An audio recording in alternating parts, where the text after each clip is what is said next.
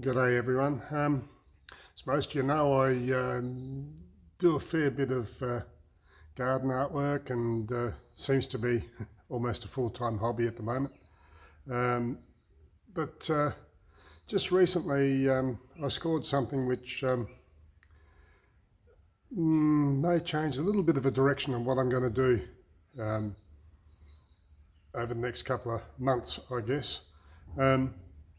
I need a bit of a break from creating the artwork, but at the same time I still need to be a little bit creative.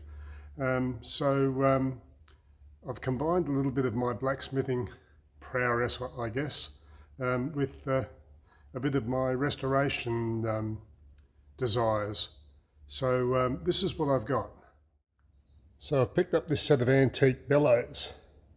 As you can see, they're a fairly decent size, so probably, I'd say in the old scale about 4 foot long, but they're in pretty bad shape. I mean, the white ants by the looks have got into it a bit, and the leather's pretty much roasted, but I reckon I can make this good again.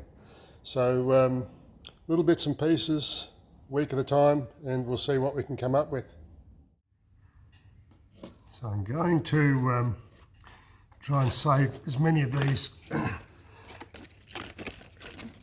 nails, tacks, whatever you call them, as possible, so I can give it that authentic look. But geez, this leather is really brittle and hard, and as you can see, there's going to be quite a few of these nails I've got to try and, or tacks I've got to try and pull out. But they're coming out pretty easily so far. It looks like the centre board, the main board that holds the whole anvil, is in pretty good shape. So that's a bonus, but I mean, that's not seen anyway, so the outside pieces that may need to be completely rebuilt. We'll see how we go.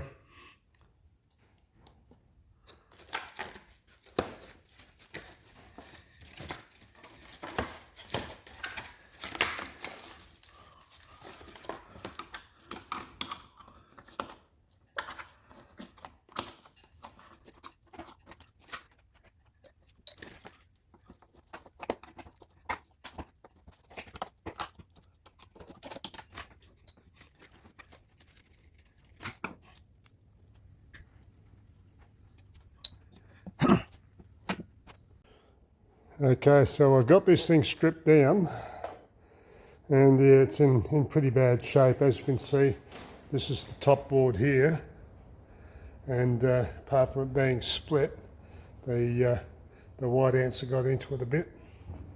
There's the separator in between. I think they call it a banjo or a harp or something, I'm not really sure, but yeah, that's broken and a bit of rot in there as well. And then you've got the centre board, which is in pretty good shape actually, so I can use that one again. That's no dramas at all. The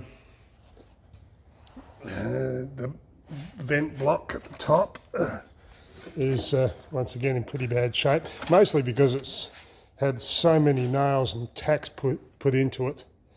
It's split, so that shouldn't be too hard to rebuild. The spout and ring are in pretty good shape. I should be able to knock that spout out. I'm not going to do it just yet. The bottom valve is still here. It's not in bad shape. Then we go to the next separator. That's not in too bad a shape, but it's got a break at the top there, and it's got a break there as well. And there was no brace across the middle on it. And then there's the bottom board, which is split down the middle.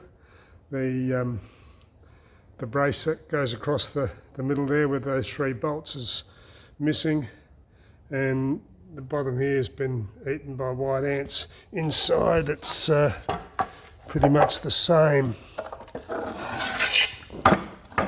I'm not sure how I'm going to go with these, but I'd like to retain all the original parts if I can, but the white ants got me a bit worried whether I can maybe repair it with some plastic wood. I don't know.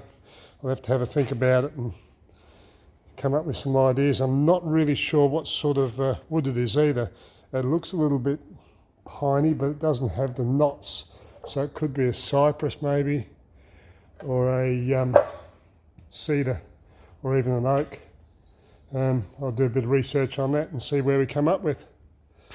Alright, so there's all the the nails that I've got out of it, and there was a resident spider who's now making his home in my workshop. So I did a bit of research, and it appears that bellows in Australia are made out of red cypress, Australian red cypress, or an Australian hardwood. Now when I look at these, they're not a hardwood as such. The grain is a little bit too coarse, but it's still a fairly straight grain, so I'm assuming that they're a cypress of some description. Okay, so that being said, how am I going to go about it? Because trying to find red cypress I found is a bit of a nightmare. This is the outside of the top board, and as you can see, the white ants have done a number on it pretty badly. There's got borer holes. Short of replacing the whole lot, which I really don't want to do unless I can find some decent wood to do it, I'm sort of a little bit stifled for options. However, I had a thought, and sometimes when I have a thought, it's pretty dangerous. I said cider before, but I actually meant Australian red cedar, and this looks more like a cedar than a cypress or an Australian hardwood. But what I'm thinking about is actually putting a laminate over the top, and not your normal kind of laminate. So this is what I've got in mind.